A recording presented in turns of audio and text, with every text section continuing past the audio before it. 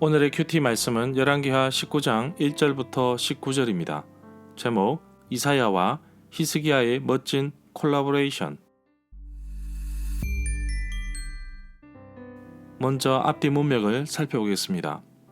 콜라보레이션은 협력, 공동, 협약, 협업, 공동 연구, 합작이라는 의미를 가지고 있습니다. 25세의 왕이 된 히스기야는 여호와 보시기에 다윗처럼 옳은 일을 했고 산당과 주상, 아세라상을 부수고 제거하였습니다.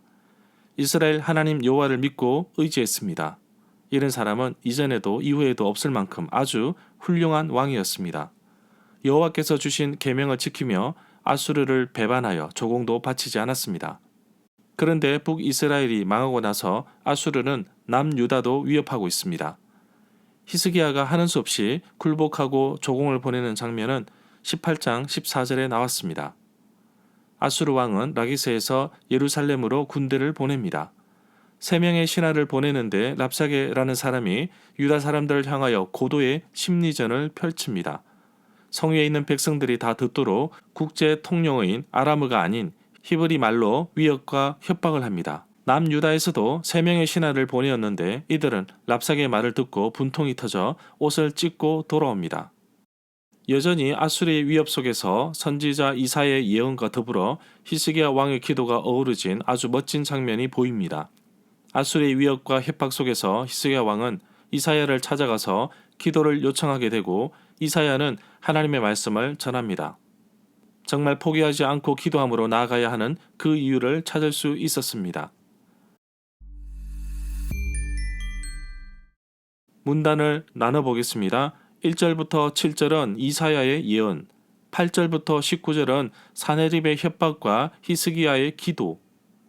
1절에 보면 히스기야 왕에게 랍사게의 말을 전해준 사람은 힐기야의 아들 국내 대신 엘리야김과 서기관 셈나와 아삽의 아들 역사기록관 요아였습니다.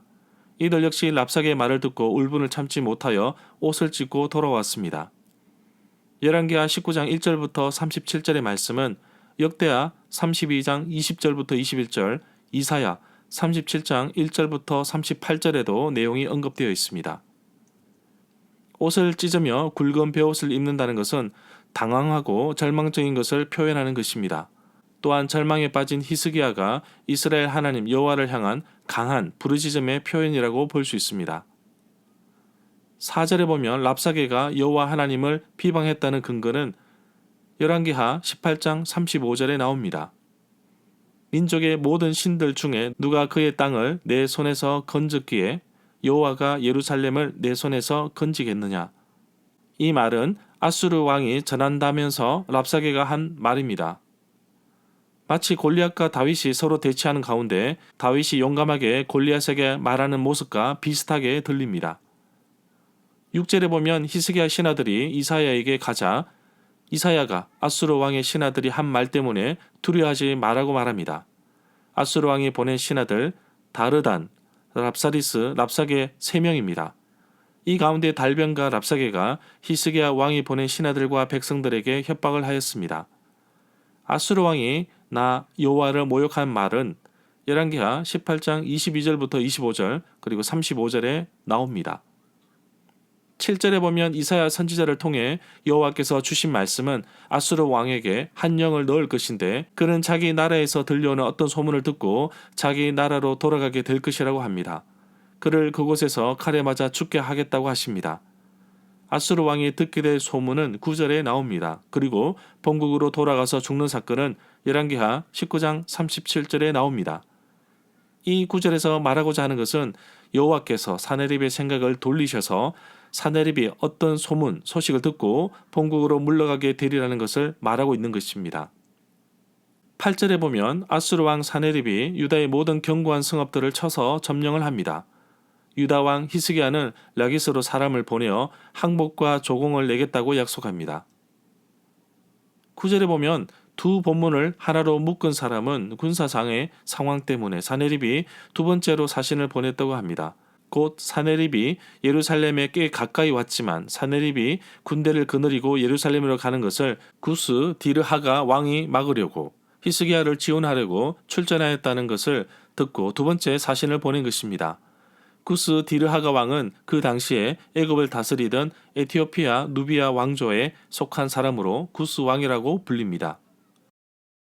10절에 보면 히스기야를 평가할 때 이스라엘의 하나님 여호와를 의지하였는데 히스기야 왕 이전과 이후에 그만한 자가 없다고 말하고 있습니다.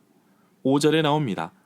이 구절에서 랍사게가 하나님의 말에 속지 말라고 한 협박의 말은 이미 열왕기하 18장 30절에 랍사게가 전했던 말에도 있습니다.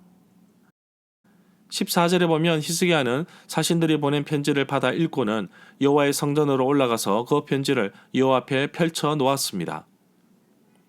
15절에 보면 그룹은 날개 달린 생물인데 그룹의 입체적인 상들은 언약궤를 덮고 있는 속죄판의 일부입니다.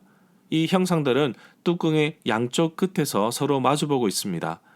날개는 활 모양으로 둥그스름하게 뒤로 펼쳐져 뚜껑 중간 지점에서 서로 맞닿아 있는데 언약궤를 보호하는 일종의 덮개라고 볼 수 있습니다. 세계를 정복하였던 아수르는 사람이 지은 신들이 헛되다는 것을 입증해 왔습니다. 그렇지만 이제는 이스라엘 하나님이 홀로 하나님이신 줄 알아야 했습니다. 여호와 하나님은 유일하신 분이시기 때문에 히스기야는 실제로 자신과 자기 백성이 모든 다른 백성들 가운데 유일하게 구원받으리라는 확신하고 있습니다.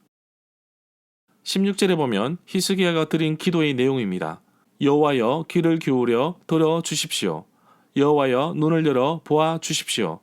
사내립이 살아계신 하나님을 조롱하는 말을 들어 주십시오. 이 구절은 역대하 6장 40절에도 나옵니다. 살아계신 하나님을 비방하는 말은 4절에 나옵니다. 19절에 보면 히스기야의 기도 내용을 보면 우리 하나님 여호와여 원하건대 이제 우리를 그의 손에서 구원하여 주옵소서. 세상의 모든 나라가 오직 주님만이 홀로 하나님이심을 알게 하여 주옵소서라고 하였습니다. 절마다 상세한 설명과 구절 해석, 핵심 내용과 중심 줄거리는 네이버 블로그에 올려져 있습니다. 내게 주시는 교훈입니다. 위급할 때 기도하는 것을 히스기야를 통해서 배우게 됩니다. 그러나 실제로 위급한 일에 부딪히면 정말 기도가 잘 안 되는 것을 저도 느꼈습니다. 그래서 연습이 필요하고 훈련이 필요한 것입니다. 계속해서 사내립이 위협과 협박을 하더라도 히스기야는 살아계신 하나님을 의지하듯이 나에게 어떠한 어려움이 오더라도 하나님을 신뢰하겠습니다. 하나님을 의지하겠습니다. 하나님께 기도하겠습니다. 하나님의 약속은 반드시 이루어집니다. 이사야를 통해 하신 말씀은 반드시 이루어집니다. 그러나 오늘 말씀에 보면 당장 사내립이 본국으로 돌아가지 않고 또 죽지도 않습니다. 9절 하반절부터 35절까지는 또 다른 이야기가 삽입되어 있습니다.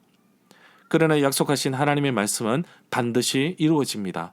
단순히 더디다고 생각할 때 포기하거나 좌절하지 마십시오. 내가 드린 기도가 언제 응답되는 그 시점을 아시는 분은 오직 하나님 한 분이십니다. 기도에는 끈질김이 필요합니다. 기도가 응답되지 않는 것도 하나님의 뜻이라는 것을 깨닫고 하나님의 때를 기다리며 하나님께 나아가는 것이 중요하다는 것을 깨닫습니다. 이사야와 히스기야의 멋진 콜라보레이션은 위기에 닥친 유다를 구합니다. 믿음의 사람의 헌신은 아주 큰 일을 해냅니다. 2024년 현재 저는 지난 22년 동안 전도 훈련을 열심히 감당해 왔습니다. 이제 저는 혼자가 아닌 동력자와의 연합하여 영혼을 구원하고 사람을 살리는 하나님의 귀한 사역에 여러분들을 초대하고 싶습니다. 기도하며 영혼 구원에 동력해 주십시오.